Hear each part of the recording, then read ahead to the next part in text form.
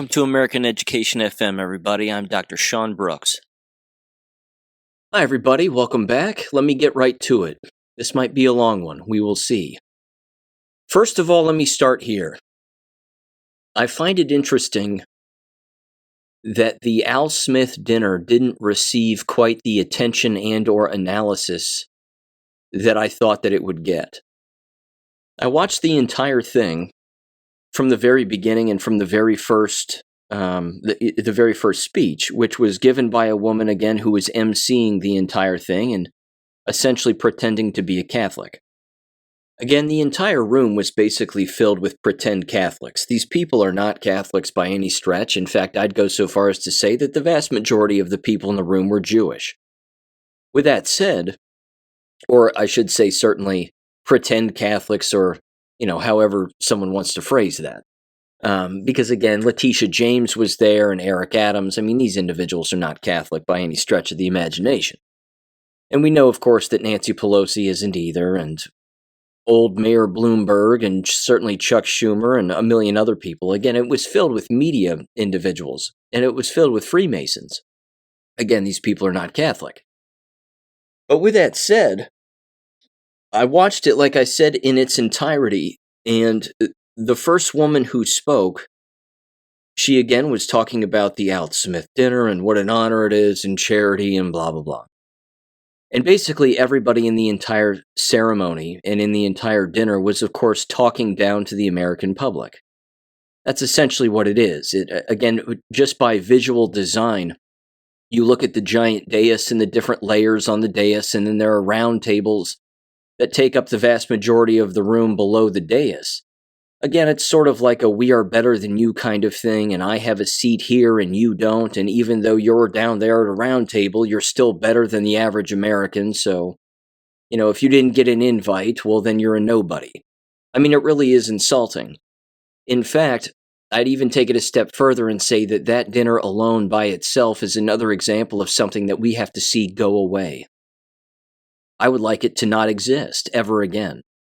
Because it is predictable, certainly from a certain dimension and a certain wavelength. Again, it is the upper class basically looking down on the lower class. And essentially, again, spitting in everyone's face to some extent and whatever else. But I want to revisit, first of all, the 2016 Al Smith dinner, which I thought was fascinating. Excuse me, certainly regarding Donald Trump's comments having to do with Hillary Clinton, and Hillary Clinton sitting right there, along with, of course, the rest of the pedophiles that were sitting in that room at that time also. I mean, he was making fun of Hillary hard. And, of course, these jokes are pre-written by someone, a stand-up comedian most certainly, and then given to Donald Trump and given to the other side, so to speak. But either way, you may recall that in 2016, not only was he going after Hillary hard, but he was going after Haitians. And Donald Trump was, again, making fun of Hillary's connection and the Clinton Foundation's connection to Haiti, and even child trafficking. This was undeniable, and you could see the looks on the people's faces in that room and how awkward they looked that any of this was even being brought up. Again, this right here should tell people that they aren't interested in the truth, that the people and the attendees of those dinners are not interested in the truth. They're interested in keeping things from the public. And they're interested in you being over there and them being up there and creating that further division. Also, again, as if to say, how dare you bring up all of that illegality and all that pedophilia and all that child trafficking and all those crimes? Because this is sort of the unspoken thing that we all engage in. This truly also is the occupation of our country. So again, when I hear that we are an occupied country, as even Donald Trump himself says, this is also what I think about. I think of people like that. I think of the Freemasons that attend that dinner and that entire ceremony, and again, look down on everybody else and certainly have endless skeletons in their closets and plenty to hide. But even with that aside, I want to focus in on the most recent one. Because like I said, I watched the whole thing, and at the beginning, the woman who was emceeing all of it, she clearly, of course, was given orders, and she thinks it's an honor when in fact it's not. She's just exposing herself when most people had no idea who in the hell she was. But even so, She asks all of the attendees to reach to their left, the left side of their plates, and they picked up a, whatever it was, like a "We Stand with Israel" pin, something along those lines, because it's, in solidarity with Israel and blah, blah, blah. Again, the entire room is filled with Jews, by and large. And people need to understand that Catholicism and Judaism have basically become one of the same, or one in the same, and they've been this way for a very long time. All you have to do, of course, is look at the Vatican and look at the popes. Again, these people are not Catholics, they're Jews. In fact, to prove that point, let me play this piece of audio. This was on Fox and Friends the other day from an author who is selling a book that apparently is on the New York Times bestseller list, and I'm not promoting her book by any stretch. But it's a really long-winded explanation of basically how she's saying that the left, quote-unquote, has corrupted the Catholic Church. Again, this is not a new thing. It's a long-winded way of just saying that Jews have corrupted the Catholic Church. All anybody has to do, of course, is look at what's happened with the church over the last 4 years. I mean, the entire church is corrupt. They are in bed with government, and government, of course, is run by Zionists. And this, of course, is a massive problem. But anyway, give this woman a listen very quickly here, describing again her book and this particular issue, and then I'll get back to the Al Smith dinner, because there were a number of things that were said, and the looks on people's faces I thought were beyond suspicious.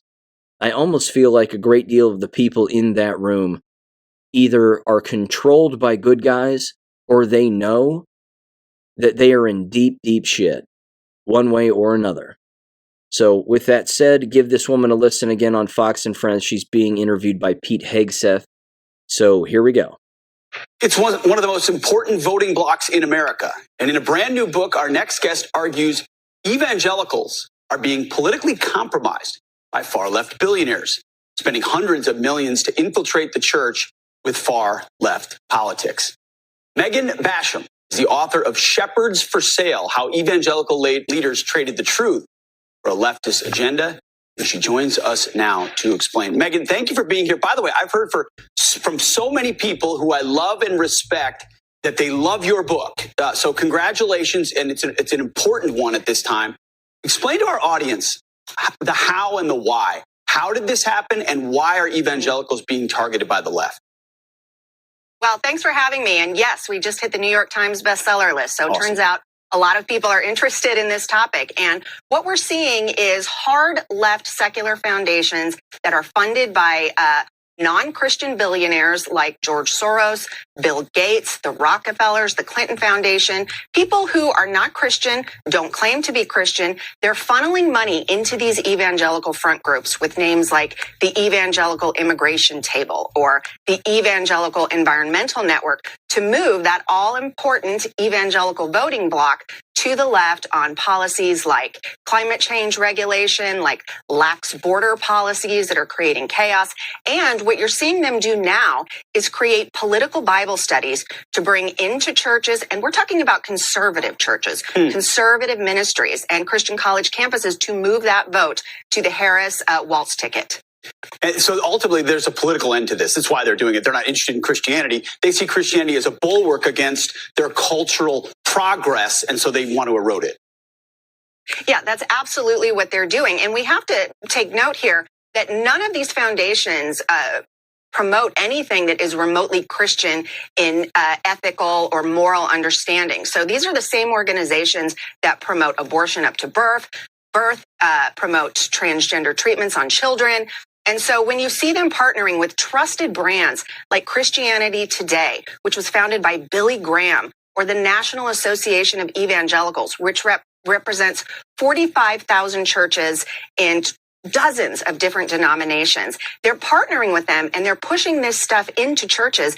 And a lot of Christians sitting in the pews are totally unsuspecting of it. And it's important to know this because in 2020, a lot of analysts looked at the evangelical vote and they believe that just enough, just a few million were swung in swing states to give the election to Joe Biden. Well, Megan, we got to leave it right there. But this is a really important book. My co-author, David Goodwin from Battlefield the American Mind, said it's basically Battlefield the American Mind for the church, the evangelical church. check it out. Shepherds for Sale. If you're a Christian, you're interested in what's happening in our churches, this is the book for you. Megan, congratulations. Hope everybody buys it. Just like George Soros, just like Bill Gates, just like these non-Christian groups who promote pedophilia and transgenderism and blah, blah, blah. Just say Jews. Just say Jews. It's so easy. It rolls off the tongue nicely because it's the truth. Every time she said leftist, just replace it with Jew.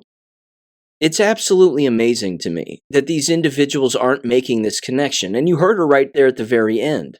These groups helped swing the 2020 election for Joe Biden. No. Nope, she's dead wrong. The election was just stolen. It was stolen. Jewish groups and leftist groups weren't influencing the church to vote for Joe Biden. That's not what that was. That was just an election steal. And it was the Jewish media, of course, gaslighting everybody into believing that Joe Biden actually won in 2020. So she thinks that what? Joe Biden actually won it in 2020 because of untoward influence or blackmail or what have you, which of course is the Jews' game? You have to be kidding me.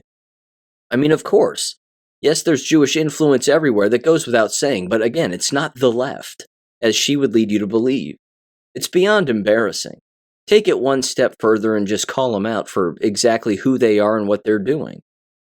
Anyway, I just wanted to play that because, again, that's proof. That right there is stone cold proof that that's the case. All these organizations influencing this, that, and the other and claiming to be evangelical when in fact they're not Christians. Well, then who are they? Oh, they're leftists. Are they? Are they? Or are they full-blown communist Jews? That's really who they are. All right. Anyway, back to the Al Smith dinner. Again, the looks on everyone's faces when they were there, most of them, again, perhaps not all, but certainly most of them looked like they didn't want to be there. Mayor Bloomberg, the old mayor of New York, sitting next to his black wife in the front row of that dais right in front of Donald Trump, the seating arrangement couldn't have been more on purpose. He looked like a deer in headlights had just had a stroke. And he might be jabbed, and it's possible Bloomberg has actually had a stroke. But he didn't change the expression on his face the whole time. The whole time. In fact, after the first woman spoke, and again was sort of bragging up the entire dinner, and oh, Al Smith, and blah, blah, blah, and what a charitable event, and God bless all these Catholics in this room, when again, they're all Freemasonic Jews. But even with that said, when she was done speaking first, they broke for dinner, and the cameras kept rolling. When the cameras were rolling, and the camera had been pulled back, so again, you could see the whole dais. It was interesting to watch it just from a observational, sociological standpoint. Again, next to the lectern, you had Chuck Schumer, and then you had Cardinal Dolan, who I don't trust that guy any further than I can throw him. And then next to him, of course, you had Donald Trump and Melania Trump. The vast majority of, I would say, individuals having conversations with one another, they seem to be coming up to Donald Trump and Melania Trump more than anybody else, and talking to them and dropping by and saying hello and, saying whatever they were saying and then walking away. But you could see people again coming up to them and shaking their hands and doing whatever that they were doing, greeting one another. The vast majority of the other people sitting down didn't have people, of course, greeting them, which should show everybody again that the vast majority of the people on that dais were despised by pretty much anybody who, again, wanted to walk around and mingle. But by and large, they were all just sitting in their seats and they were just conversing back and forth with the people, again, who were sitting right next to them. Donald Trump and Melania, however, were basically talking with themselves, outside of course, anybody who was intentionally walking up to say hello.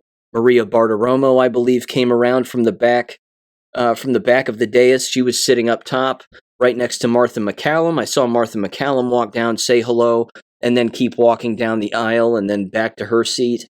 But again, it was interesting because they weren't spending any time talking to Cardinal Dolan. They spent no time talking to Chuck Schumer. They didn't spend any time talking to anybody else that was really around them. It was just the two of them, again, conversing, while everybody else was just kind of doing whatever they were doing. So, it's beyond clear that there were endless individuals in that room who hate Donald Trump and Melania Trump. There's no doubt about it. They hate them. In fact, when Trump was speaking and he's dropping all these jokes, which, by the way, if I was a betting man, I would say that Andrew Schultz was the one who wrote those jokes for him, because he's been, of course, Donald Trump's been on his podcast, Flagrant, and Andrew Schultz is a funny guy and can certainly write jokes. Of course, so can lots of people. But either way, again, the jokes were funny and they were remarkably insulting. And I thought that was great. Same thing with Jim Gaffigan. I mean, he was insulting basically everybody also. But at the same time, it's when the jokes are being told where you can tell that people either find it funny, don't find it funny, or it cuts a little too close to the bone for them. And that right there should prove to people that they have something to hide. Again, the husbands, for example, who were sitting next to Martha McCallum and Maria Bartiromo and the other people behind Donald Trump, they were not smiling at all. They never broke character. They all looked dead serious, and they had laser eyes on the back of Donald Trump as if to say, "We hate you. We hate you, we hate everything you represent, we hate everything about you." Because again, those individuals hate us. They hate the average American. They can't stand us. They believe that they are better than us. This is, of course, what disgusts me about all of these people. I mean, I don't like any of them, but the looks on their faces, they all look terrified. And again, they looked as if they had been caught, they were controlled, or when Donald Trump wins again, for the third time now in a row, that guilt by association is going to get these people, if not downright association with what they've done, which is probably illegal. Again, if they haven't engaged in illegality themselves as an individual, they've certainly associated themselves with people who have. Again, even the woman who was doing the emceeing of the entire evening, sitting next to Donald Trump and turning and looking at him as he's ripping off these jokes, insulting everybody for their illegality and their stupidity and their Judaism and whatever else. I mean, he's ripping into these people, and she had a look on her face like, "Oh my God, I can't believe he just said that." Well, that means she has something to hide. That means that she has associated with bad people, whether she knows it or not. But let's face it, you're not sitting on that dais because you're a good person. I mean, you're sitting up there because you're a bootlicker. You're sitting up there because you're blackmailed. You're sitting up there because you've done something that you probably shouldn't have done. Now, I understand again, they have to get a comedian up there to rip some jokes and sort of bash both sides, and I fully understand that, and that's great. But it was certainly a bad look for Kamala Harris, and I think that goes without saying. Now, the rumor is that she was advised by her campaign advisor to not go. Because, A, she's not Catholic, although I don't think Donald Trump is either by any stretch. Melania Trump is, as far as I know. But again, the rumor was that Kamala was advised to not go, even though, of course, she could have gone if she really wanted to. But it goes beyond her not being a Catholic. She, of course, is pro-abortion. She's pro-LGBTQXYZ. She's pro all of that nonsense. But so is Chuck Schumer. And there was Chuck Schumer sitting in her place, basically. So again, did Chuck really want to be there? I mean, again, beyond embarrassing, he had the most Jewish look on his face the entire time. He looked like just a demonic human being sitting right there, or monster, however you want to put it. But again, he's beyond dirty. But he was on full display for everyone to see because, again, he's the most inauthentic human being on the face of the planet. He doesn't have an authentic bone in his body. Lying is in his DNA, after all. And he, again, looked really glum, like Trump was, of course, commenting on. And he was slapping him on the back and, whatever else. Again, the guy has no sense of humor. He's a demon. So he's sitting there. He looks terrible. Most of the other people, again, on the dais look completely terrible as Trump's cutting all of them a brand new one. I thought it was amazing. But I just think that there's more to it than just what meets the average eye. Again, I think that, as I said earlier, those kinds of ceremonies and those kinds of rituals have no intelligence wrapped up in them. It is a holier-than-thou approach that they take when, of course, it comes to speaking to us. I mean, even Jim Gaffigan was making fun of individuals, again, who don't have money. And basically saying, again, making fun of all of them for being the millionaires that they are. Of course, he's a multimillionaire as well. But they're all sitting there, and they're basically, again, just laughing it up with everybody as to the state of affairs with Americans and how the vast majority of us, don't have money. I mean, it's amazing. And it's, again, remarkably insulting, I think. And it should be insulting to everybody. So at face value, the whole thing, in my opinion, needs to stop. It needs to not exist. And I know that the focus has always been on the joke telling within that particular ceremony and within certainly that particular dinner. I don't think that's the takeaway. At this point, the takeaway isn't the jokes. The takeaway is who's a criminal in that room and who isn't. And I mean, let's face it, the room is filled with liars. The room is filled with criminals. Again, Nancy Pelosi was down the way on the dais. A lot of these individuals, again, have indictments on them. Some of them have already been publicly indicted. Some of them have not. But they're still sitting there, again, just yucking it up with one another. But again, they look panicked. I think that's kind of my overall point, is they just look panicked. They didn't look like they were really having any kind of a good time. And they shouldn't be having a good time. They should be shitting their pants. But again, getting back to Kamala very quickly, again, terrible advice if in fact it was advice. Unless, of course, again, she's controlled. Because look at her entire so-called campaign. It can't get more cringe than it already is. It's arguably the most cringe and inauthentic thing you could possibly see. She was on stage the other day in Detroit for like 6 or 7 minutes, and then she was pulled off stage. And she just left. Again, pretty embarrassing. That's some embarrassing stuff. But to not show up at that dinner, knowing the history of apparently people who don't show up at that dinner, Walter Mondale being the one, I guess. But even so, the speech that she had with the actress Molly Shannon dancing behind her, mocking Catholicism in her speech, is beyond bad taste. But again, it was just cringe.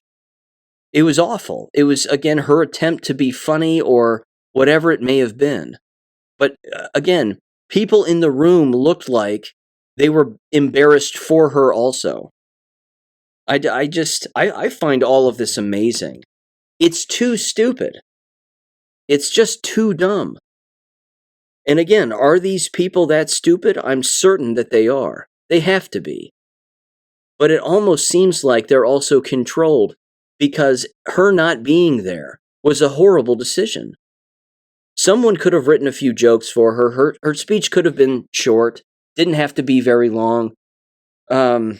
She could have told a few jokes, I guess. I'm not sure how much support she would have gotten in the room or how many people would have actually laughed. Again, it would have been beyond embarrassing, but she would have been sitting next to her husband. The two of them would have talked with one another. Wouldn't have mattered if anybody else didn't talk to him or not. They could have kept each other company during that whole awkward dinner the entire time, I guess, if they wanted to. But to not be there, just the general optics of it was almost like it was controlled demolition. Emphasis on the word controlled. Because it was just in bad taste to not be there, even though being there is also in bad taste. It was a lose-lose. Zootsving, if you will. There, that word strikes again. You see what I mean? I mean, she was forced to make a move and forced to make a decision, and she chose poorly because that's the position she was forced to be put in. Certainly by the people who are winning and the people who have already won. Again, the election is over. It's not even election day. The election is over. Donald Trump has won. If not every state in the United States, in what would be, of course, a free and fair election. But it's over for Kamala Harris. She's even given up on her own campaign. Barack Obama's out there sounding like a lunatic, taking credit for things that he had nothing to do with. This is how desperate they are. So that was my take again, just on the Al Smith dinner. It was just the looks on everybody's faces. And Donald Trump, by the way, was getting booed in that room. That was the other thing that I didn't hear anybody commenting on regarding the Al Smith dinner. I mean, he wasn't receiving all cheers from people in the crowd. There were flat out boos. I'd say about half of the room didn't like him. And again, if you just look at the faces of the people on the dais when he was speaking, they had laser eyes right through the back of his head. I mean, they don't like him. So you can take that for what you want, I guess. But I thought it was very, very revealing that it really does in such a, what I would call just a very small moment in time, just sort of a snapshot, that it really does show the number of people who cannot stand him and how dirty those people truly are. It really is amazing to me. Okay.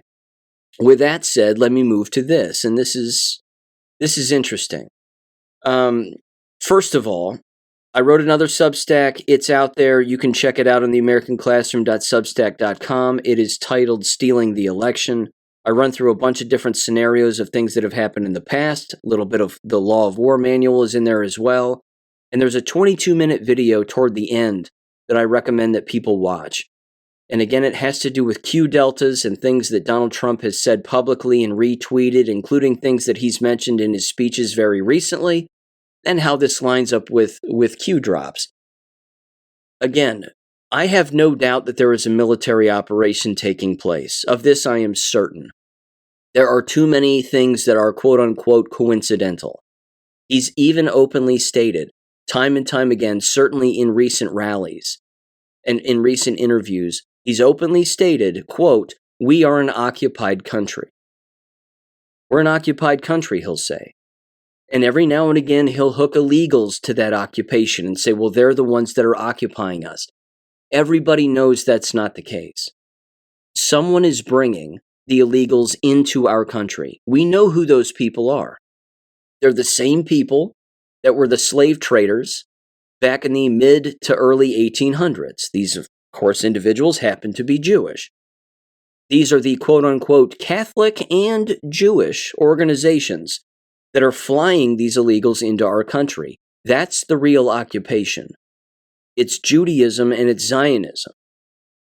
So again, when it comes to the Law of War manual and occupation of a foreign entity, there is no doubt that it is Israel and, again, anybody who aligns with Israel.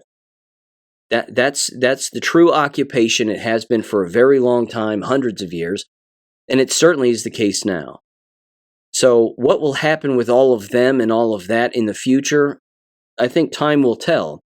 Hopefully less influence will be the most obvious thing, but then of course there's the question of their dual citizenship, and will they just pack their bags and head back to Israel? Who knows?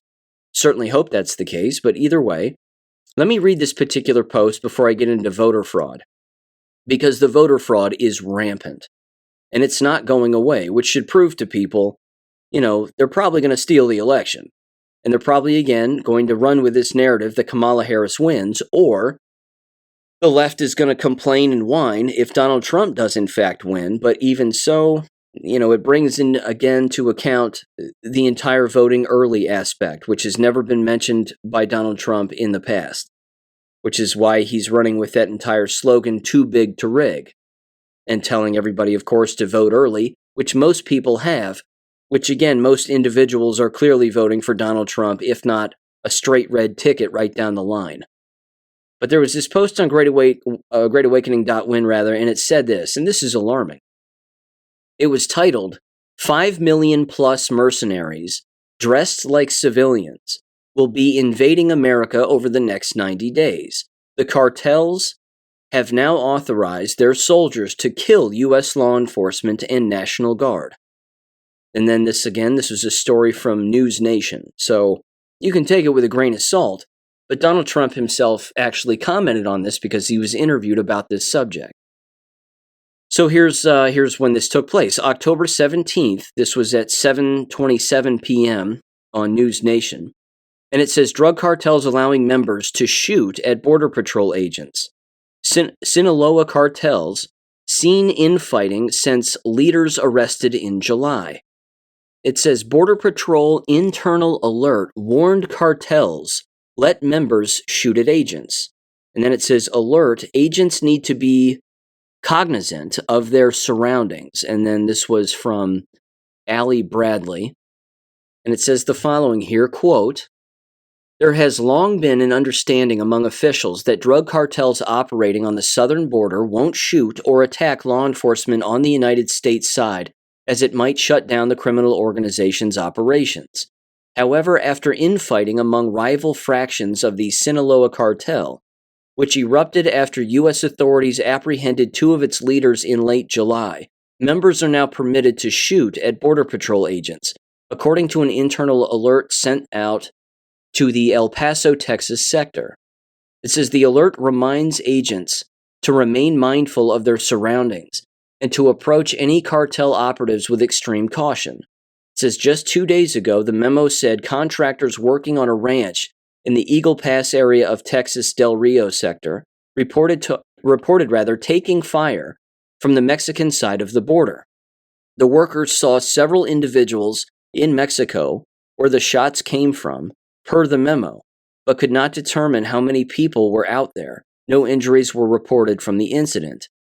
It says Victor Avila, a former special agent with Homeland Security investigation, says law enforcement should be concerned about this recent escalation, especially as one cartel has now basically split into two. It says, quote, or he said, Victor Avila did, quote, the number one reason they fight for these plazas is because these plazas are the corridors to enter the United States, whether California, Arizona, New Mexico, Texas. And that's the major fight because the Sinaloa cartel has controlled that whole area, Avila said. Customs and Border Protection said threats against law enforcement and migrants are unacceptable and that the agency takes them very seriously. It said it is remaining vigilant and taking all appropriate and necessary actions to keep employees and migrants in custody safe. Cartel threat escalating. It says cartel violence on the border has been a concern that is only increasing. Last month, a different alert went out to Border Patrol warning of military-grade weapons being found on the Mexico side of the border near Arroyo, Arizona, if I'm saying that right. It says News Nation asked former President and Republican nominee Donald Trump about this during a recent interview. Trump said, quote, the troops needed to be brought in to fix the problem. Quote, we need a military operation, he said. These people have become military, Trump said. And then he said, quote, they're very rich and they have a lot of money. They're among the richest people probably in the world, unquote. It says this all comes as former Mexican security chief Guarano Garcia Luna was sentenced to over 38 years in U.S. prison for taking bribes from the Sinaloa cartel. The judge compared him to cartel boss El Chapo, saying he enabled violence and drug deaths, unquote. Now, I should mention this. The 5 million mercenary part wasn't brought up by News Nation. That was brought up by somebody else on X, this Ryan Matta guy, Ryan Matta Media on X. So I don't know if that's to be believed. But what we do know, of course, and it's not, I don't think, discrediting the News Nation story. We are well aware that there's plenty of illegals in the United States and that these individuals, of course, are certainly of military age and are men, by and large. Yes, women and children, of course, have made their way over, without a doubt, and have been trafficked and a number of other things, which are beyond horrible. But again, the question remains as to whether or not these individuals are here and are going to receive orders at a particular time and or location, because again, they all have cell phones. So again, if some text message goes out or some phone call goes out or something happens and these individuals again decide to engage in, murder or theft or burning things down, I think time will tell on all of that, but again, it just should hopefully be more evidence for individuals to remain vigilant and remain armed, and a number of other things. Again, keep your head on a swivel and the whole deal. But again, as you've heard me say here on the show, schools are a soft target. And university settings, of course, are a soft target because no one in those environments has a gun. University police are few and far between. And I mean, what's going to happen? One resource officer is going to defend an entire building against a gang of illegals with guns? I don't think so. Again, if they wanted to create full-blown chaos, those are the environments where you would end up doing it. I'm not advocating for that clearly, but even so, this is a problem. And this is, again, I'm afraid, is something that the average American just isn't thinking about. They're not even considering this. Let me mention this too, and this is a bit serious. It seems like Mike Adams, again, is either fear-mongering, has gone off the deep end. I think we can do this. I think it's safe to say that we're allowed to be serious about all of this and the fact that we're being invaded. But at the exact same time, we can prepare and we can be vigilant and we can also be calm at the same time. It doesn't mean that we have to run around like a chicken with our heads cut off. But he put this out on Telegram, and I just wanted to read this for you. Again, it's, he's rather serious here. But you can take this with a grain of salt, I suppose, but again, we'll have to see what happens. He said the following, quote, "I'm not even sure exactly how to put this into words, but the vast majority of people reading this, possibly you, have literally no idea what's about to happen to America. Unless there is a miraculous intervention by angels or white hats, your country will not be recognizable by the end of January." He said quite a few of you reading this right now will already be dead by then, and a much larger number of you will see a significant portion of your dollar assets evaporate into near nothing. The rule of law will have collapsed, and there is a significant chance that tens of millions of Americans will have no infrastructure functioning at all, either due to an EMP detonation, a cyber attack on the power grid, or the outbreak of nuclear war. Simultaneously, many millions of foreign occupiers are already in the country with weapons and instructions, and they will soon be activated to carry out mass sabotage and extermination operations, aided by the U.S. military, which has just been given new lawful authority to assassinate American citizens on U.S. soil. If Trump wins, the deep state will activate everything they have, every weapon and every Samson option, including nuking ourselves and deliberately collapsing the entire Western banking system in a great taking, quote-unquote, financial reset. Daigle's prediction that 200 million Americans will be dead by the end of 2025 no longer looks outlandish. It is one of the very likely outcomes of where things are headed. And if the deep state gets its way, every city in America will burn, every American will be slaughtered, and at least 1/4 of the global human population, about 2 billion, will be exterminated. Prepare accordingly if you wish to survive, and survival will be hell, by the way. There are no easy outcomes ahead, unquote. Again, it's a little serious. I mean, that's a little intense. But it is a giant summary of numerous things that have been mentioned here, and a number of things, of course, that have been said by a lot of different people, just sort of all crammed into one giant post. I have no doubt that there are good people behind the scenes who are paying attention to what's going on. Again, of this I have absolutely no doubt. So we are not alone. We're not just sitting here knowledgeable on these subjects without those individuals knowing what's really going on, what could happen, and then intervening before said thing potentially happens. I think it will be interesting, though, as, again, you've heard me say, you back this rabid dog into a corner, and, they're not going to go quietly. So what are they going to do? I'm not sure. But considering multiple options and preparing for multiple options, I think is a vigilant thing to do. With that said, I find this entire election season in particular, of course, far more interesting than ones in the past.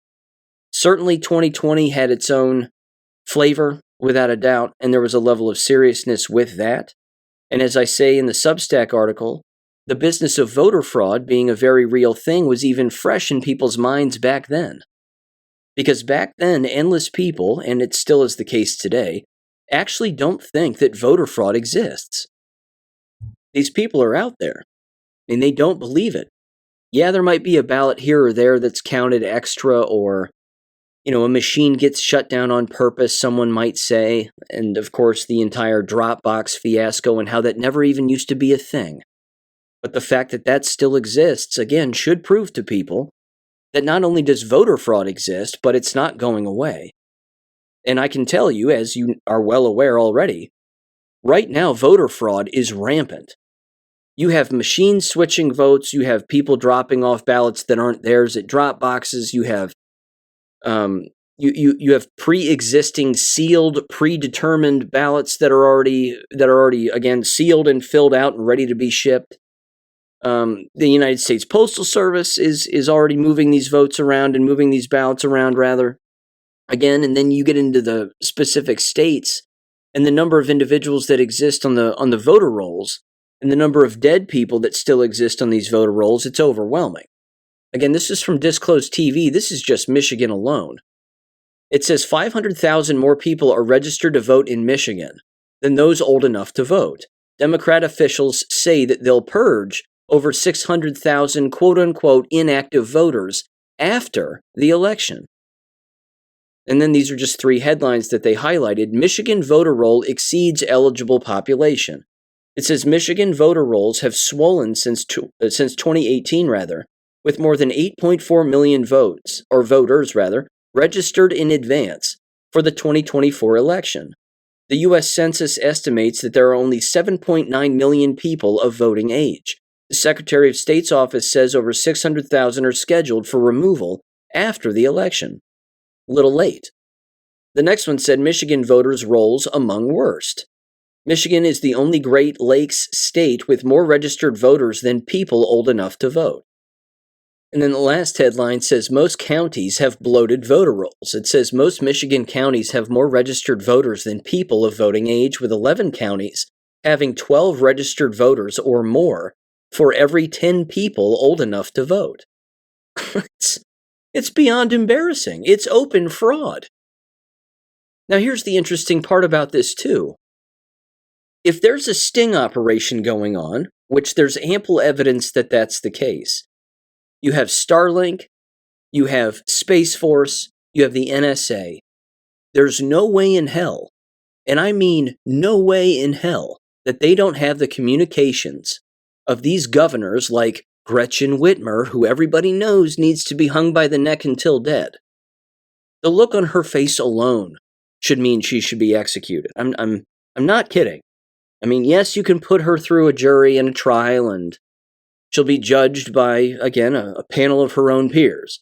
But at the exact same time, she has to hang for any communication that she's engaged in with any organization having to do with voter fraud, because that's treason and sedition. These voting crimes that are taking place are treason and sedition. They all have to hang, if not go to jail. Right down to the very individual who drives their stupid Prius up to a drop box and throws in a trash bag full of illegal ballots. All of those people have to be caught, and their communications have to be being caught right now. It's too easy. Again, Gretchen Whitmer's bouncing around from whatever it is, city to city in Michigan right now, acting like Kamala Harris is going to win. She has to be on drugs.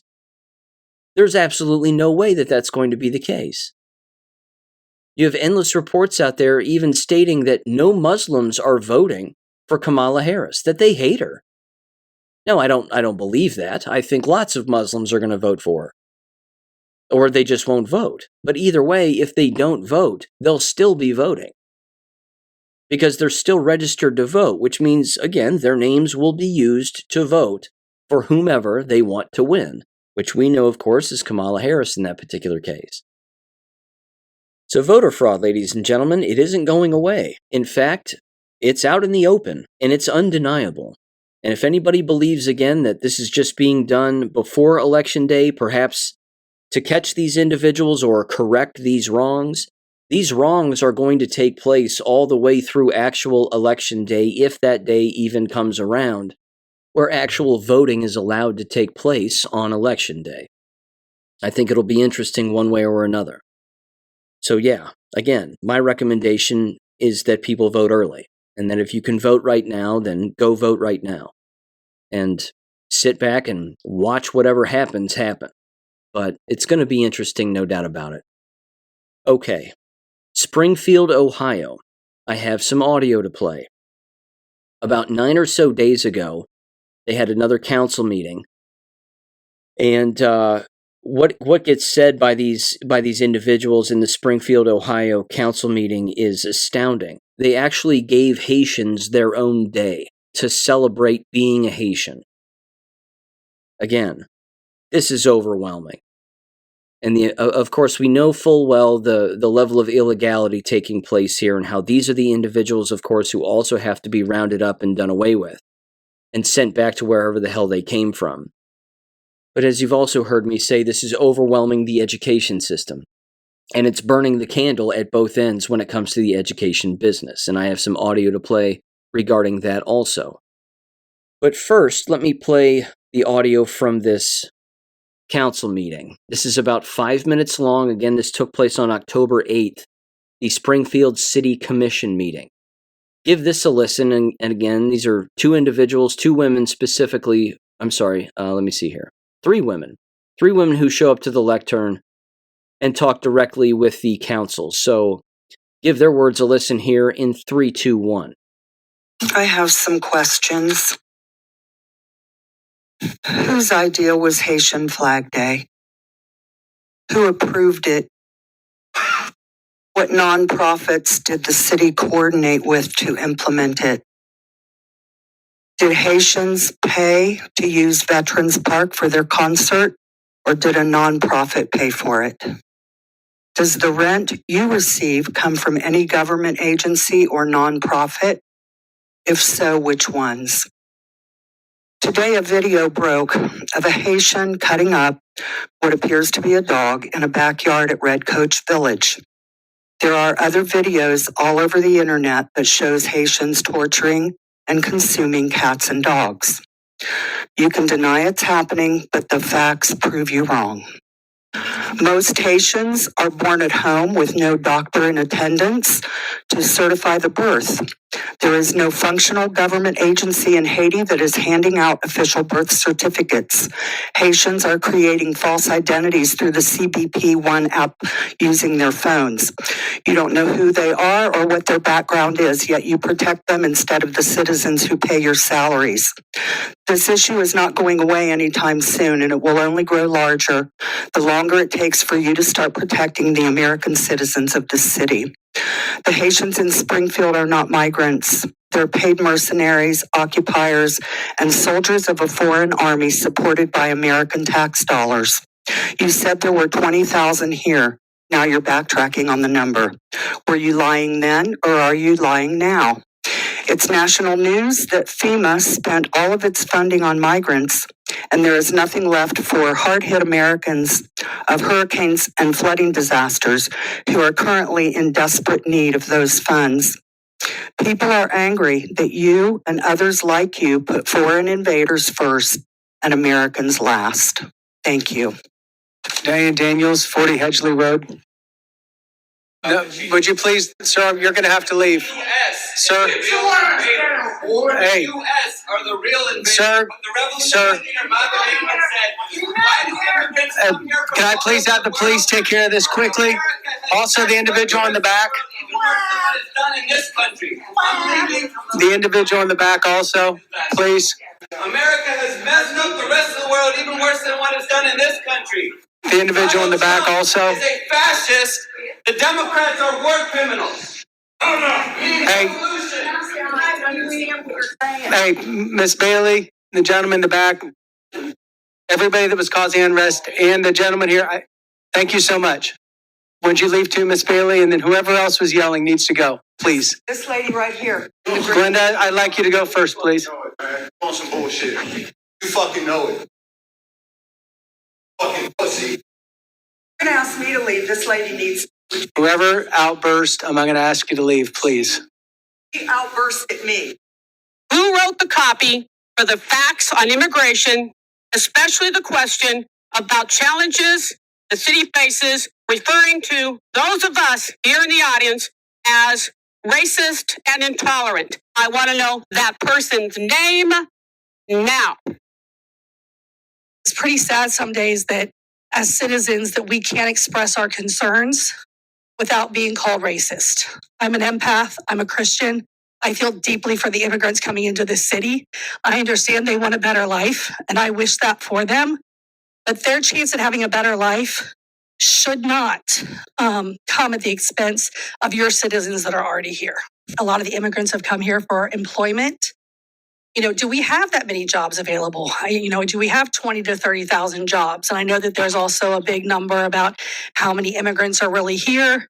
I think, Brian Heck, I saw a letter that maybe you sent out in July to Sharon Brown and others saying you thought then that the number was 15 to 20,000. And if that's the case, obviously we're way higher than 20,000 now, even though I know some things that are still being put out say that it's 15. So I think that having proper numbers could really also help. It doesn't do anybody any good to get false numbers out there. Are we doing anything if we're finding out about these houses that have all these people living in what should be single family dwellings? Are you guys able to go out and do anything about it? We've heard stories about people renting by the bed, not even by the room, by the house, people renting by the bed. And now I heard that they're renting by the shift of beds, that there's so much need for housing that they're renting and the people are having to leave with their backpacks to go to their jobs and then come back and share that bed with somebody else. And that just seems absolutely ludicrous to me. To say that Springfield, Ohio is a powder keg waiting to explode is an understatement. I don't think it's popped off yet, certainly not in the way that we can all imagine it popping off. You have that entire city council sitting there supporting all of this illegality. You have the entire police department supporting this illegality. You get enough citizens together, and I'm not advocating for violence, ladies and gentlemen. However, given the fact that we live in the United States of America, and the Constitution does exist, they have the right to overthrow that government. Even by force, as you've heard me say before on the show. All they have to do is organize and then get rid of these people permanently. And if the police show up in an attempt to stop them or arrest somebody, well, then you have two problems. And are you going to let that second problem of law enforcement get in the way of you doing what you need to do to defend yourself, your property, and your town? Decisions are going to have to be made here. Something's going to have to happen. Again, I'm not advocating for one thing or another. I'm simply saying that these individuals are going to have to make a choice, because you can't vote your way out of this one. If you're going to round up illegals, as I've said before, you've got to round up every single American who let them come here in the first place and or profited from bringing them here. These people have to be done away with also. In fact, talk about an interesting punishment. How about you send that entire city council to Haiti? Send them back with the Haitians that they brought here and watch how long they survive in Haiti as a bunch of limp-wristed whites or Jews or whoever they are. There's no way. They wouldn't last an hour in Haiti. Upon landing, they'd probably instantly be hooked up to a spit roast. And then they just start cooking over an open flame while Haitians are picking at them. I'm telling you, something has to happen with these very individuals, in particular the more public councils. I mean, these people actually believe they're going to get away with this. I certainly hope that they don't. But take this into consideration also, and I think this is a very good thing. You have more awake people now in the United States on such serious issues. You heard the first woman. She openly said, these people are a military force. They're not here because they're quote-unquote migrants or seeking a better life. They're here to kill people. And they're here to take orders on when and how to kill people. Kind of a big deal. And again, city council just blows it off. You're a racist, they say. Name calling. Name calling's not going to be a defense in either a court, a tribunal, military hopefully, or otherwise. But something's got to happen here. This is getting too out of hand. Now, with that said, let me mention this again. This clip has been making the rounds also. This is a young lady of high school age, and she's openly talking about the Haitians in the Springfield High School. She said an entire floor of the school is just dedicated to Haitians. The classrooms are filled with Haitians. They don't speak English. 21-year-old Haitians are in freshman high school classes. This isn't even allowed, but they're allowing this to take place. You talk about burning the business from both ends to make sure that it never exists ever again. This is the fastest way to do it. I don't know anybody with a level head who wants to be a school teacher. I don't know anybody who has a brain in their skull who says, you know what I want to do as a career, as a sitting high school student before they enroll in college or in a teacher education program, sitting around and saying, well, today's the best day to become a school teacher. What an exciting time to become a school teacher. You've got to be kidding me. I know plenty of educators, again, who are in the business who are working their asses off to get out of the business. That's the other end of the candle. You have people who don't want to enter it at the young end. Even adult-aged individuals don't want to enter the business because this is why you even have trouble finding substitute teachers. They don't even want to do that. I mean, that right there should tell people. They don't even want to do it part-time for, $150 a day, let alone the people who are still in the business scratching and clawing in order to, make their way to retirement so that they can get out permanently and breathe for the first time in their entire lives. It's amazing. But give this gal a listen here and describing the situation in the high school she attends in 3, 2, 1. The top floor, the classes would literally be filled with Haitians. Every single classroom. No white people, no nothing. It was just Haitians. What percentage of students at your high school would you say are migrants that have recently came into the United States? I would say about 50% of the schools, or maybe a little bit more, are Haitians. They're filling the classrooms up. And we don't have the translators to help the teachers. And they're just really disrespectful. I mean, the footage got taken down. But before Christmas break, there's 2 Haitians got caught getting in the stairway. At school? Yes, at school. There was video. Another thing, the age limit to go to school is 21. Yeah. And there'd be 21-year-olds in freshman classes. Oh. Yeah. Holy cow. Yeah, that's not okay. That's not okay because I'm not saying all of them, but some of of my friends have literally got violated by them and harassed. So the 21-year-olds are inside the high schools? Yes. It's not okay. She said fornicating, by the way. So you have Haitians having sex in school, in the open. Sounds like a fun environment, does it not? My God. And then, of course, as you heard her say, 21-year-old Haitians in freshman classes, and they're groping these freshmen, and they're sexually assaulting them and harassing them. These are not safe environments. What parent is sending their children to those environments? Bankrupt the environment. Everybody who is white or a legal American should leave now those environments immediately. You talk about a national story. Springfield High School sees record unenrollment in one day, with all American citizens leaving their school district. The only ones left are Haitians. That would set a chain reaction across this nation that would be replicated time and time and time again. Again, I can't figure it out. I just can't for the life of me figure it out. Why anybody would send their children to such a place. It's a nightmare. It's an absolute nightmare. Your child is more unsafe in an American school today than they are within the safety and confines of your own home. You can't possibly get more of a green light and a green flag to go from God than right here and right now when it comes to the education business to get your children out permanently and find other means of educating them, which, by the way, again, if they can read and write, they can educate themselves. There's absolutely no need for the entire business anymore. Not to mention the constant implementation of artificial intelligence. This is being done to drive out the individual mind and the instructor to, of course, again, have a robot just become the facilitator.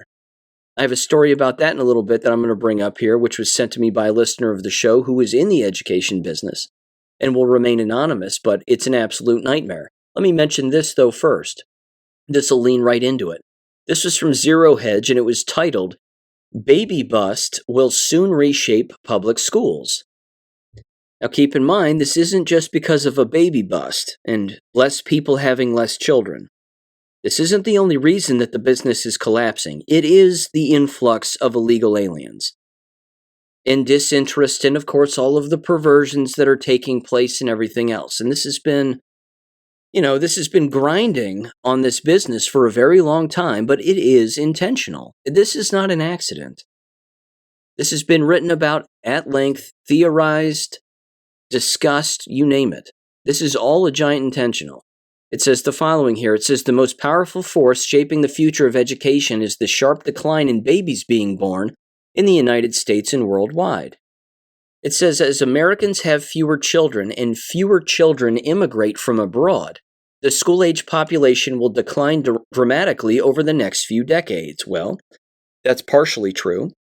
Not, of course, the case in Springfield, Ohio, where they have Haitians bursting at the seams, apparently. It continues here. It says the United States has experienced a baby bust once before in the wake of the baby boom in the 1970s and 80s, which gives us some idea of what to expect. But unlike the previous baby bust, which was a temporary artifact of the boomers aging out of school, the upcoming decline in school-age population has no end in sight. We are about to experience a baby bust on steroids. Public school enrollment reached a peak of 50.8 million in 2019 and are projected to drop below 47 million by 2030. But that's just the start. This year, United States fertility rates hit an all-time low. Since the smaller number of children born this year will barely be entering school by 2030, the steep decline in school enrollments will accelerate after 2030. It says in 20 states, public school enrollments are projected to fall by more than 10% by 2031. Almost all of the states with larger enrollment declines are blue states, with Hawaii, California, New Mexico, and New York leading the drops between 19 and 21%. Do you remember me mentioning on the show the percentage 11%?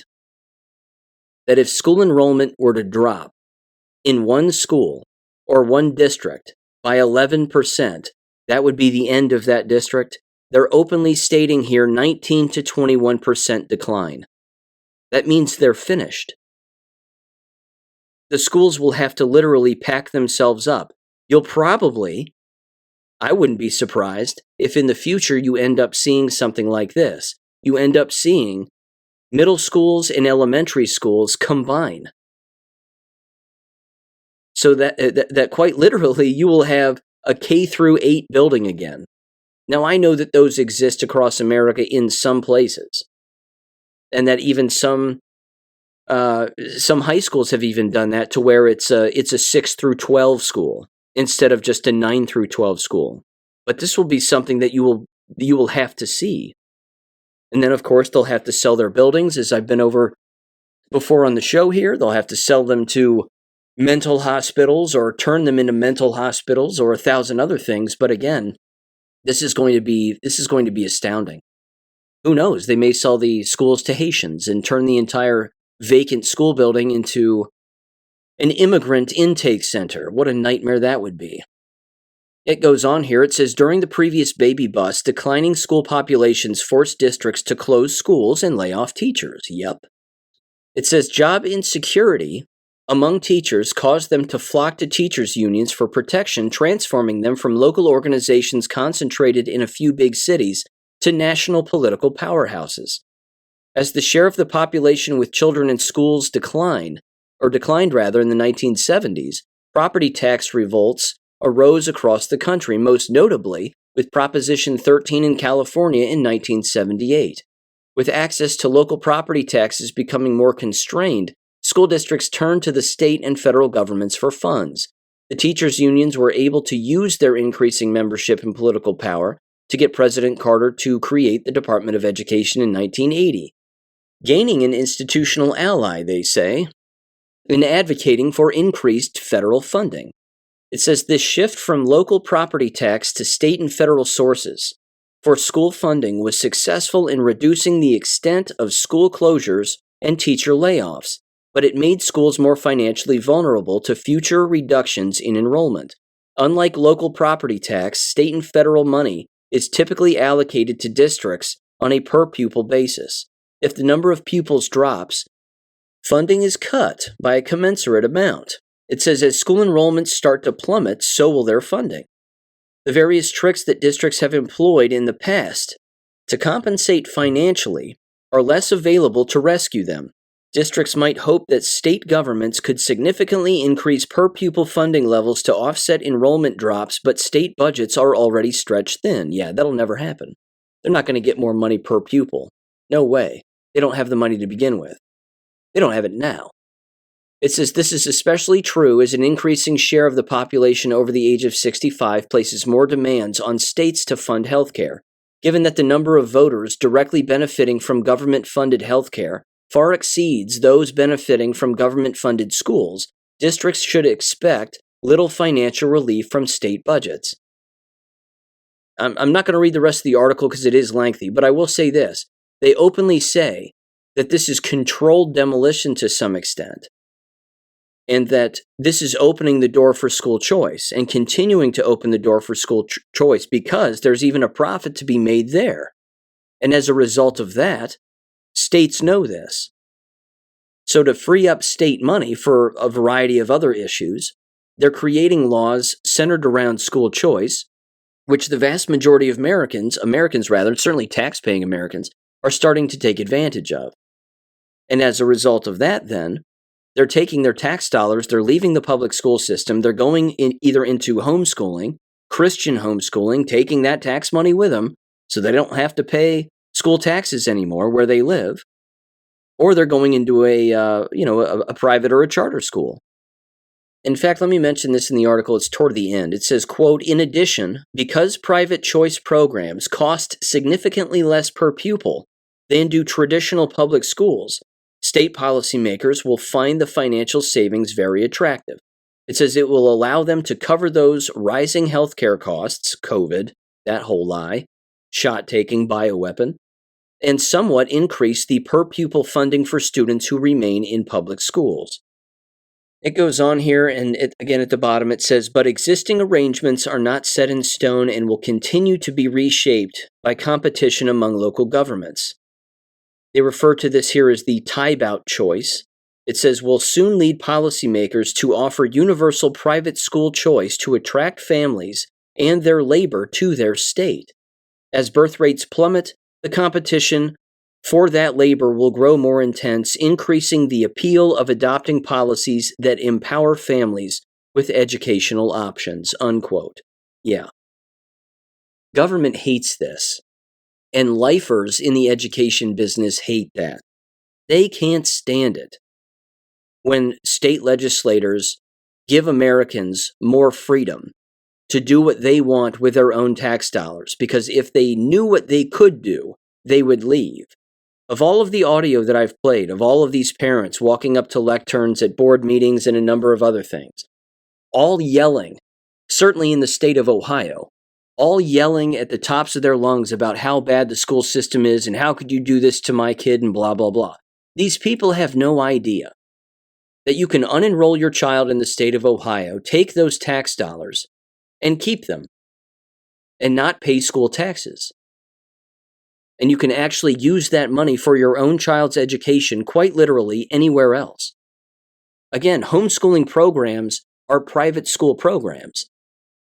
They are Christian programs. That's quote-unquote religious instruction or what again would be considered a private school like Abeka.com. These people don't know this.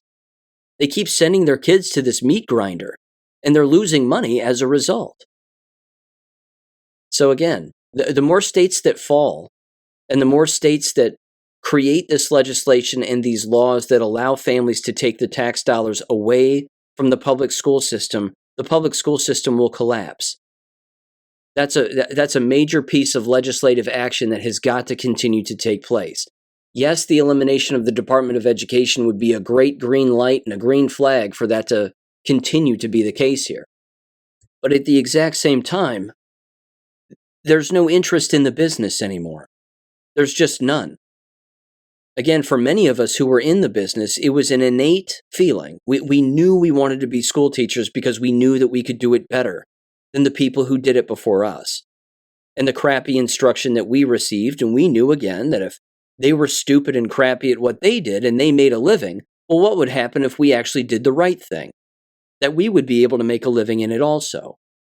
But there's too much Zionist infiltration. There's too much communistic infiltration in all of this now.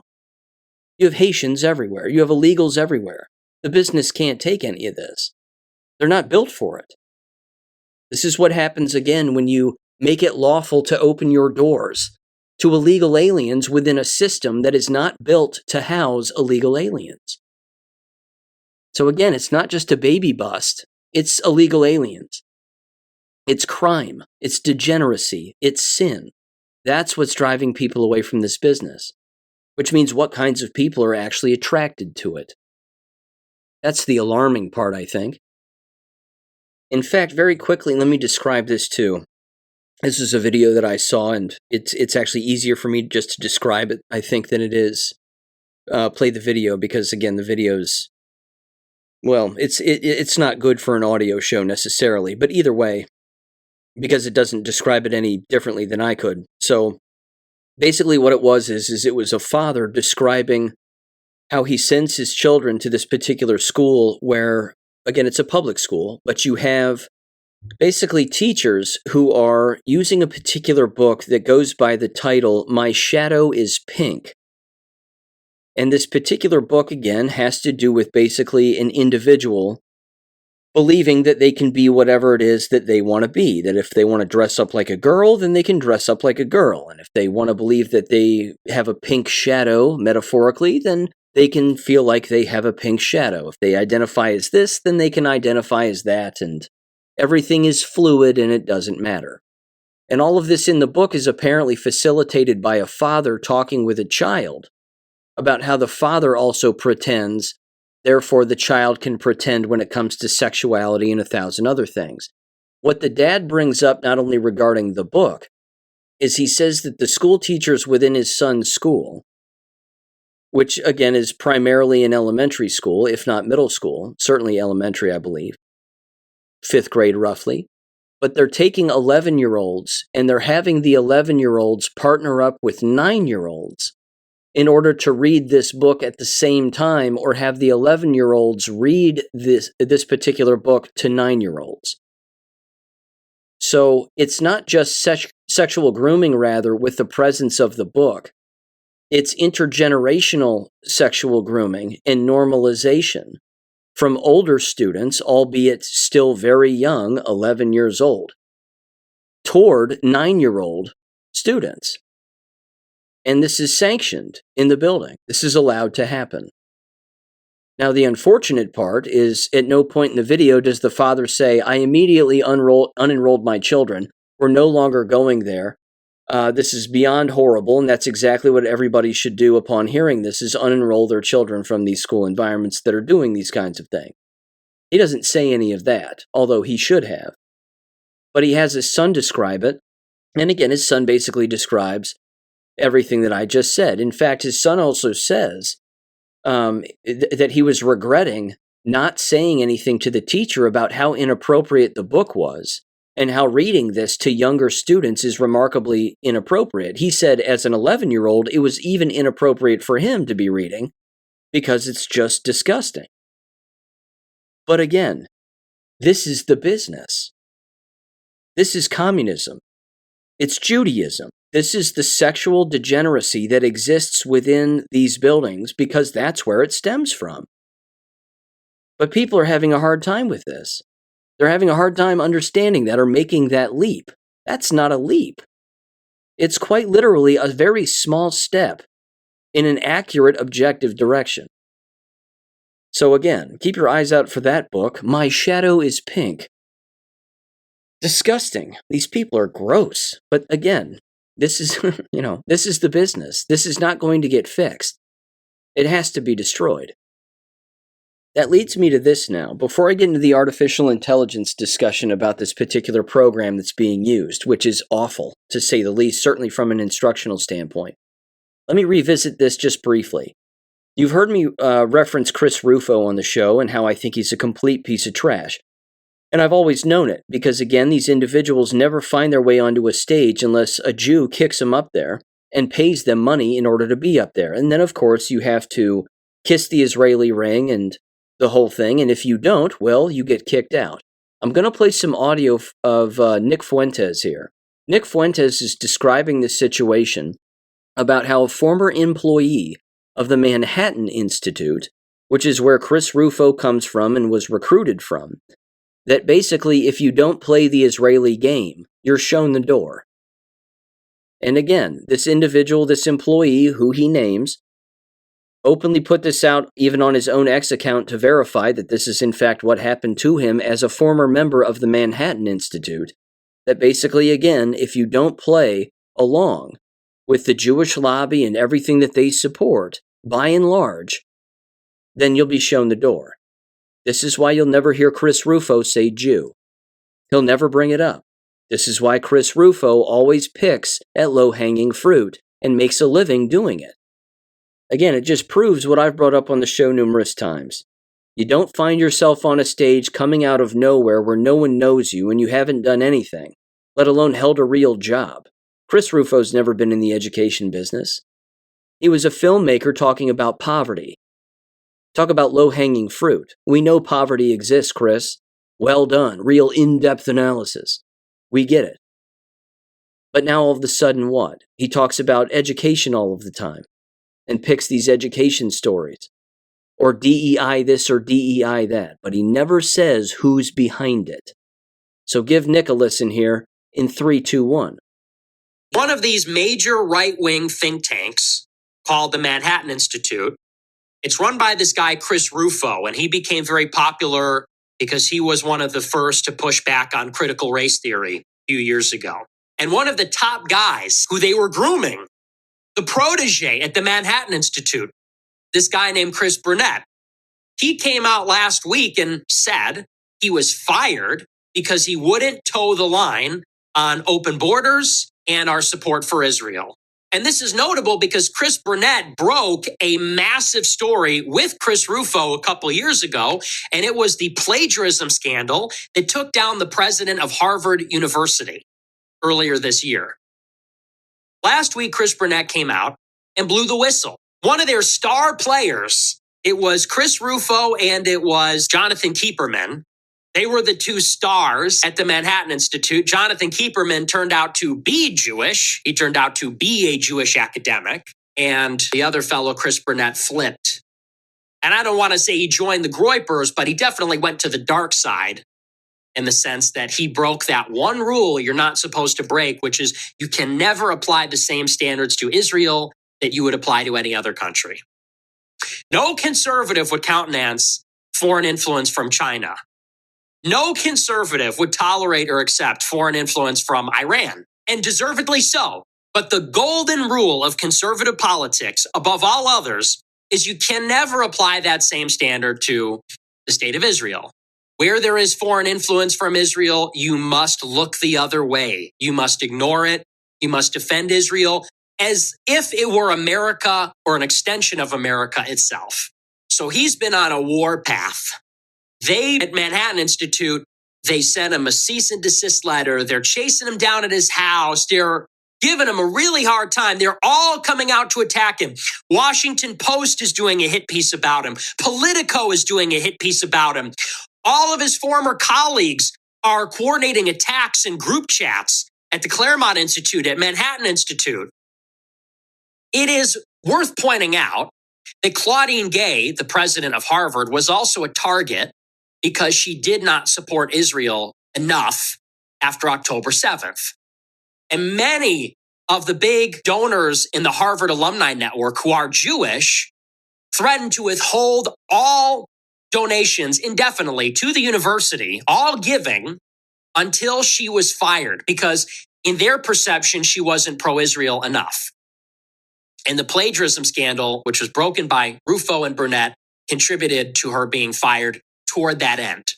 And Chris Burnett came out and said, I think that had a lot more to do with her refusal to shut down pro-Palestine activism on the campus than it actually had to do with the plagiarism story that he broke. Well, the double standard is obvious because Chris Burnett also revealed yesterday that he came up with another plagiarism story. He discovered more plagiarism at the Ivy Leagues. It was plagiarism by Bill Ackman's wife, who is an Israeli designer. He found tons of plagiarism, all kinds of problems with the work that she had written, very blatant plagiarism.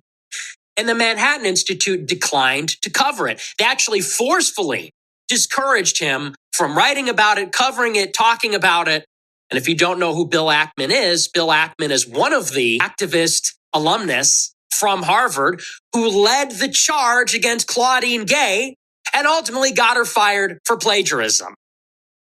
So go figure. Manhattan Institute leads the charge getting Claudine Gay fired using the plagiarism scandal because she's not pro-Israel. But Bill Ackman, the donor that is supporting that with money, when we find out that his wife was plagiarizing, they sweep it under the rug.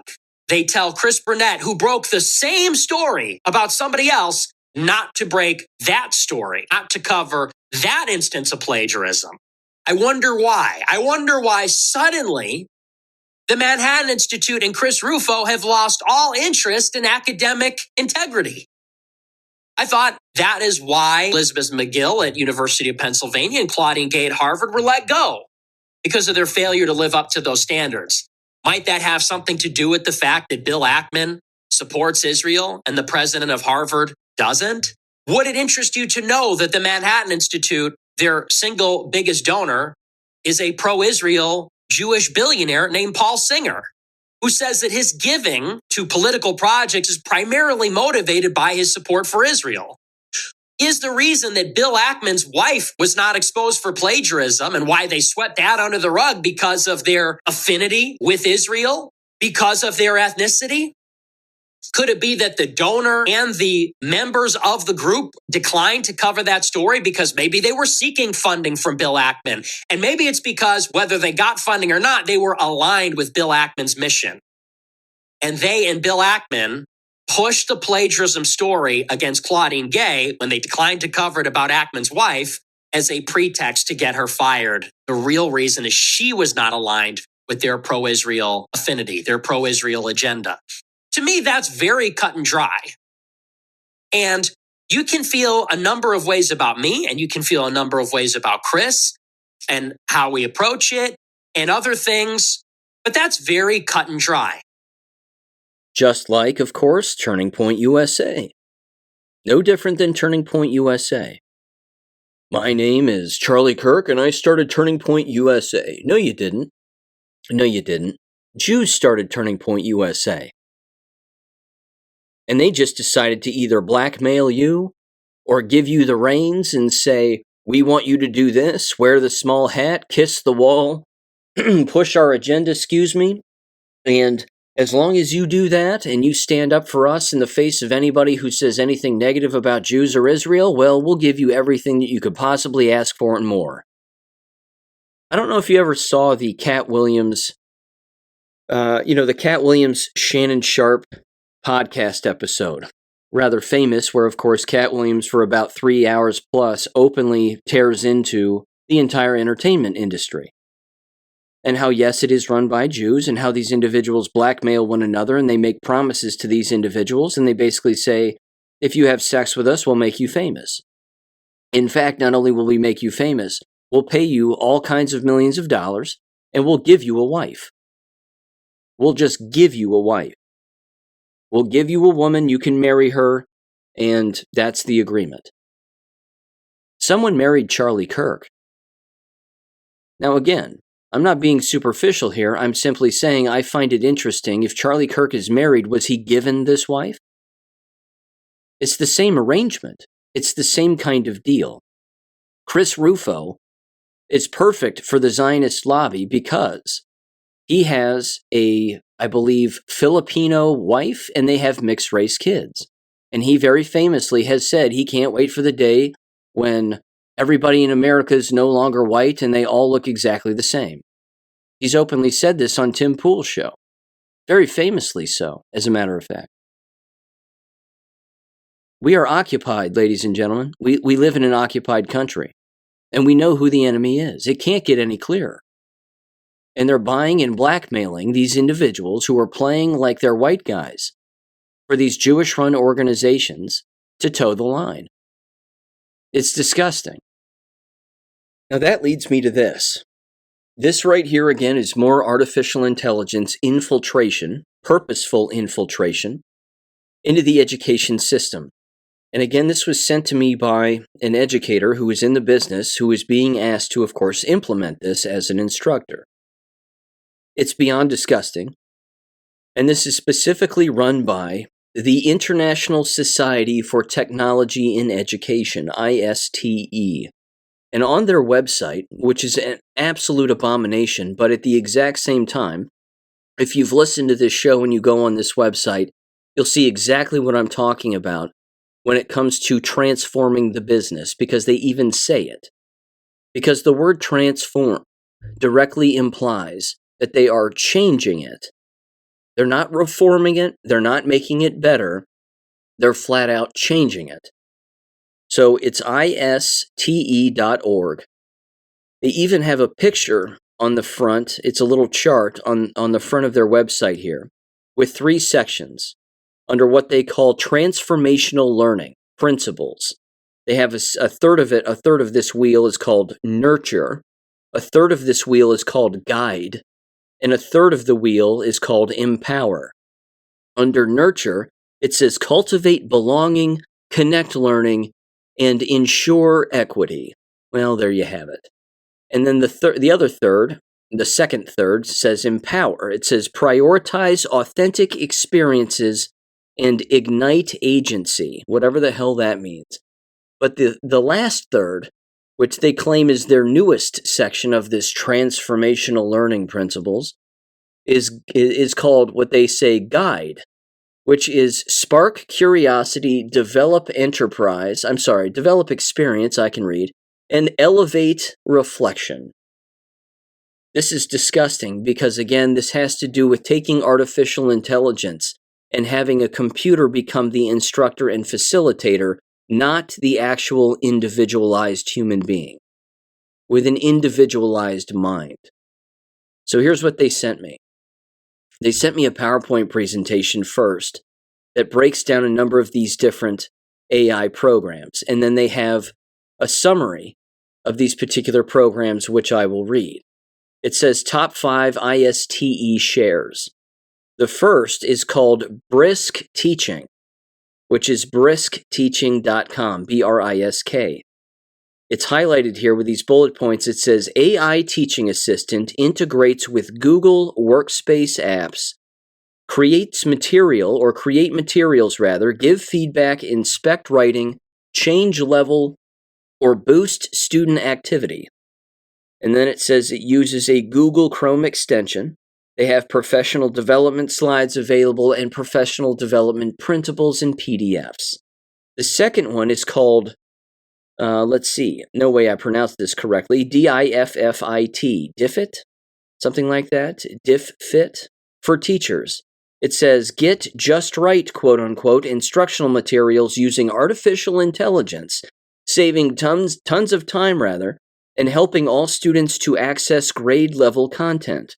And then professional development videos and resources regarding that as well. Another one says read along. It says AI tool with an in-app reading buddy that listens to your young learner read aloud. offers assistance when they struggle, and rewards them with stars, like Mario Party, when they do well, guiding them along as they progress. I think I've actually seen that in use before, if I'm not mistaken. I think my niece may have used that back in 2020. I could be wrong, but it was something very similar that was equally as disgusting. There's a fourth one here called Book Creator. Create books in your classroom. And then they have examples. And then the last one is number 5 here, called Canva Magic Tools. Exciting new artificial intelligence tools to manipulate images and more for all your graphic design needs. I'm familiar with Canva. And then there's this, it says bonus, School Artificial Intelligence versus Magic School. An all-inclusive artificial intelligence platforms that include a wide array of tools for teachers and students, including creating custom chatbots and other tools to support student learning. Disgusting. Now here's their breakdown of this, which I thought was absolutely fascinating. Here's what they said. They said, quote, "Thanks for reading my email in your last show about RAIL, about the RAIL program, RAIL. They said I was following with what you said as I continue to mistrust our dependence on tech and the government's communistic agenda. I will keep RAIL on my radar in the future as it continues to become a part of the culture at my school." They said 2 weeks ago, the tech teacher shared and presented from the doc attached. I hope the hyperlinks are available for you. They certainly are. Thank you, by the way, for sending it. They then said she had attended a conference over the summer with ISTE, enthusiastically presenting the new way of using artificial intelligence to make presentations, quizzes, tests, any types of writing prompts, you name it. What is labor-intensive is now quick and easy, LOL. They said, I will number my responses to each of the resources she presented, following along with a PDF handout. So number 1, their summary of what brisk teaching was about, BRISK, they said the following here. They said, quote, "We were asked to install the brisk teaching Chrome extension before the presentation, which I immediately uninstalled after the professional development. What it does is it takes any article a teacher will find and turns it into a quiz, presentation, and Google Classroom assignment, etc. In a matter of seconds, hours of work is finished. This is Job Replacement 101. This is Job Replacement, 101.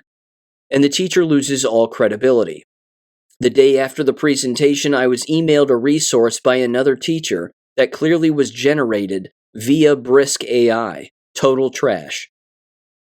I completely believe it. In fact, I have to tell you, as I've said before, this is just like the grocery store or the department store employee who stands there facilitating the self-checkout lines that are now robotic. They're quite literally facilitating their own removal from the working environment. That's what artificial intelligence in the education business is and is doing. That's it. It's allowing these instructors to use a machine that a child could use and that a child is in fact using in the building without the help of the actual instructor, because now the instructor doesn't actually have to even teach anything. They can just plug in whatever the hell they want in an artificial intelligence simulator, a computer, an AI system, and then it will spit back whatever it is that they're looking for or whatever it is that they want to use in their classroom setting.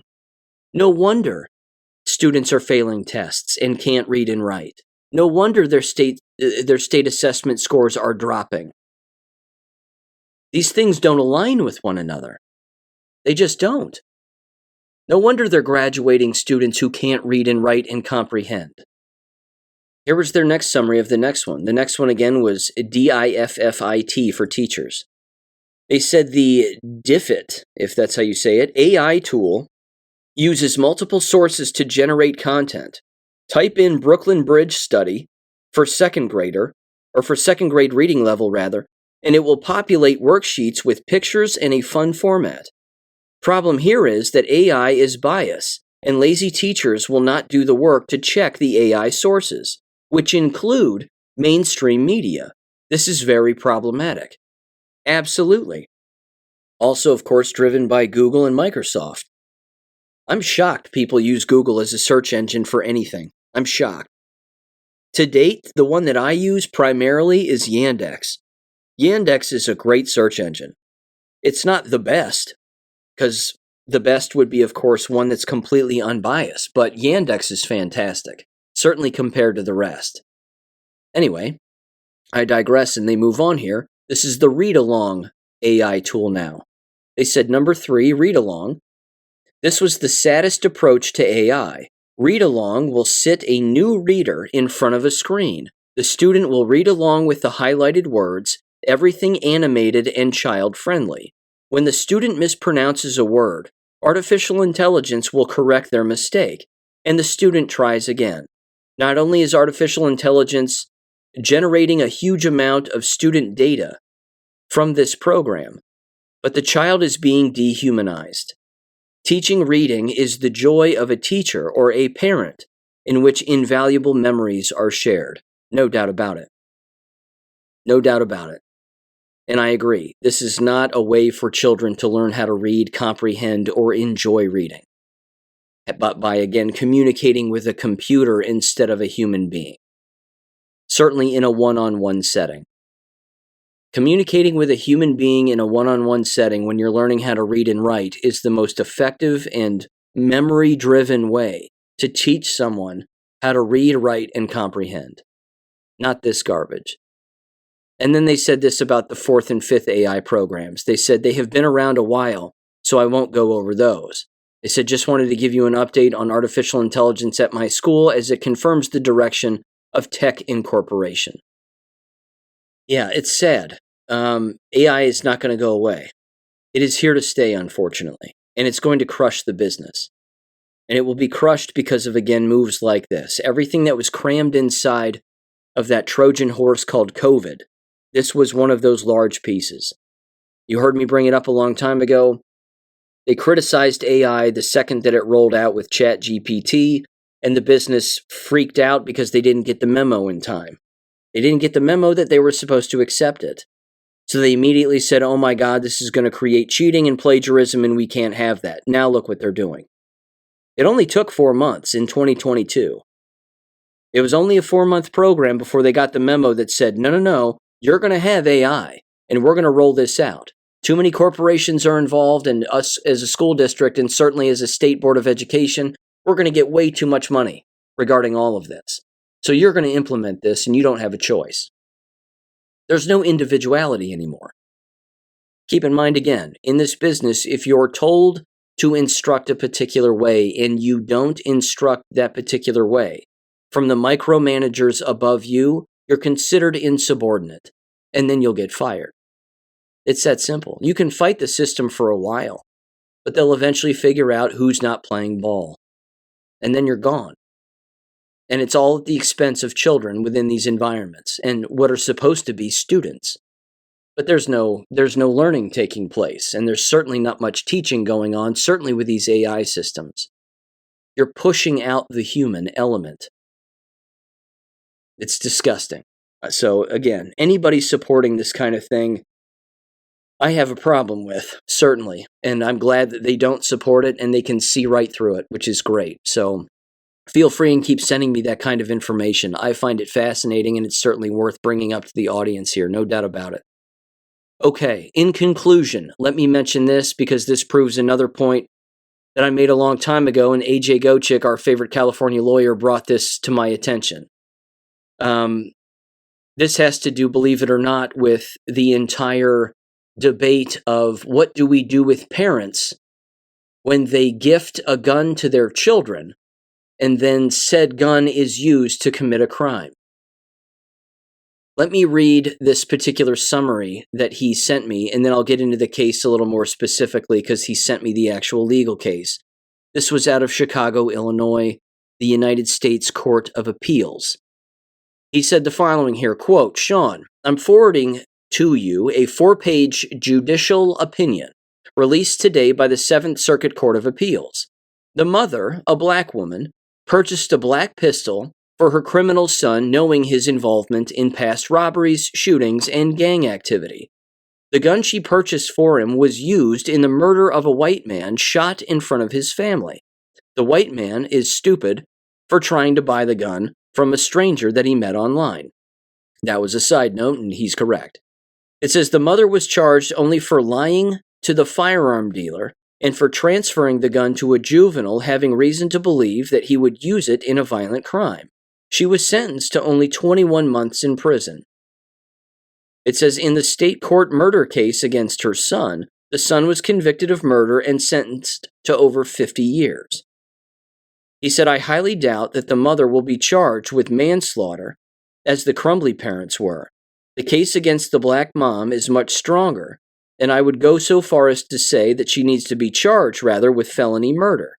In fact, if there was ever a textbook case for charging the parent for the crimes of the child, this is it.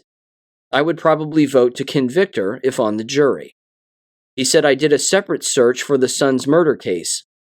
Trimian Hobson is his name. A handful of articles, but none mentioned that the mom purchased the gun for Tramian, however the hell you say it, used in the murder of the white victim.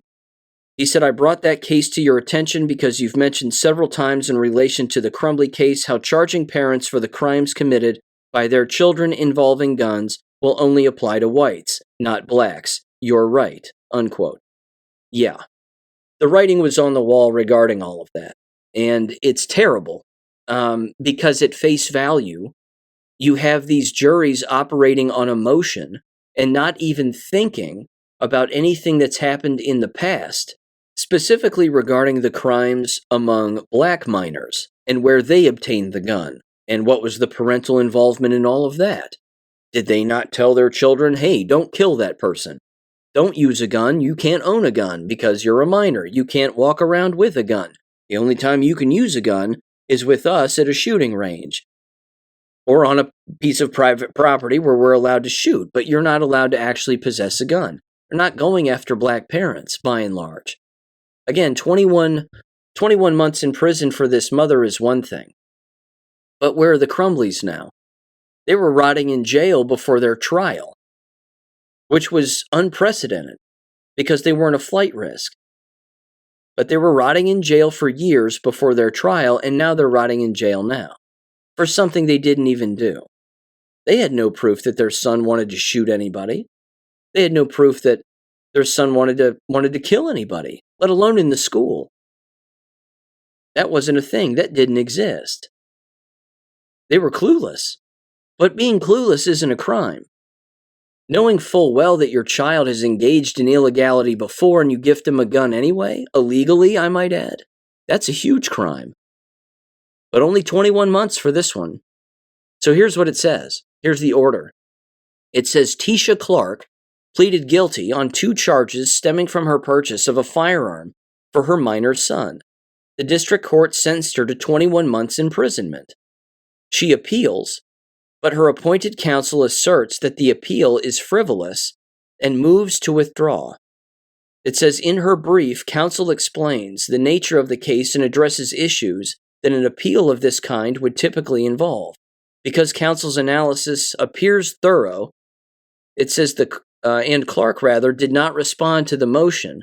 We limit our review to the subjects that counsel discusses. It says we grant the motion and dismiss the appeal. It says in March of 2021, Clark bought a tan Glock 19X pistol for her 16-year-old son, Tramian Hobson. It says in completing the paperwork for her purchase, she affirmed falsely that she was the, quote, actual transferee/buyer of the gun. About 2 weeks later, Hobson and 2 others met with a man to trade a tan Glock 19X. In the process, the man was shot and killed in front of his family. It says the murder investigation uncovered photographs of Hobson with the gun, which was never recovered, as well as many text messages between Clark and Hobson about the model and cost of the firearm he wanted and whether he wanted ammunition. It says in the messages, Clark mentioned Hobson's history of violence, quote, "You rob people and shoot at people," unquote, and his trading of quote-unquote street guns. After her arrest, Clark admitted to buying the gun for Hobson. She also acknowledged that he was in a gang and had been involved in shootings. It says based on the events, Clark pleaded guilty without a plea agreement to making a false statement to a licensed firearms dealer and transferring a firearm to a juvenile having reasonable cause to believe he would use the firearm in the commission of a crime of violence. And I'll stop it there. Again, this is the double standard. I understand it's Chicago, Illinois. I also understand that, again, this very action of buying a gun as an individual who is over the age of 21 and then gifting it to a minor in order to engage in a crime is probably not a new thing. This probably happens with regularity, but even so, this is the double standard. The Crumbleys are in jail. Mr. Gray down in Georgia, still in jail. For what? For doing what? For target shooting with their children, and then their children all of a sudden go out and start shooting up the place and killing people. Again, I referenced it on the show when it happened, but Colt Gray's dad in Georgia there, when the police showed up to their front door of their house to talk to them about some online posts that the kid had allegedly made. Again, the dad was serious. He was like, he knows to not misuse firearms. He's not going to shoot up anything. He knows to not do that, and this is very serious, and I take this seriously, and we take this seriously, and whatever. That is not what a father would say who isn't taking something seriously. That's what a father would say when he is taking it seriously, when there are consequences inside of a home for negative behavior. And yet the dad is in a jumpsuit and shackles and rotting in a prison someplace for something he had nothing to do. Same thing again with the Crumbly parents. It's disgusting. But yes, targeting whites is the point. That's exactly why they were doing what they were doing. Because they could do this in Chicago on a day in and day out basis. They could find the parents of the minor, book them before trial, have them rot in prison before trial like the Crumblies, and then ultimately again convict them because again they should have known better. They should have been a more attentive parent. If that's the case, then you'd have to go through every single major city and start booking everybody. You'd have to book all of these gang members and all these individuals and all of these minors and their parents. But that's not going to happen because they would predominantly be minorities. They wouldn't be white by and large. But they have to show that on the media, being white parents with white children to scare white families. That's the point. So again, understand there's a dual justice system here, and it's not intended to work for law-abiding citizens, certainly not white ones. With that said, ladies and gentlemen, thank you for listening as always. It's going to be some interesting weeks here coming up. The clock is ticking on Election Day, and that's going to be interesting. In fact, I'll leave you with this. What I'll probably do that week is I'll have a Monday show, and then I probably won't have a show until maybe Thursday, perhaps, or maybe even Friday. Might even have a Saturday show also. I'm not sure. But I'm just going to sit back and watch everything, take as many notes and archive as much information as I possibly can, organize it, and then bring it to everybody here. Of course, all of you are going to be paying attention to everything that's going on, too. I'm certain of that. So anyway, with that said, just a little heads up there for election week and election day week. But with that said, yeah. I'll catch everybody on Wednesday. Thanks for listening as always. Peace. Thank you for listening to American Education FM. Make sure and check out AmericanEducationFM.com for more information. Take care and God bless.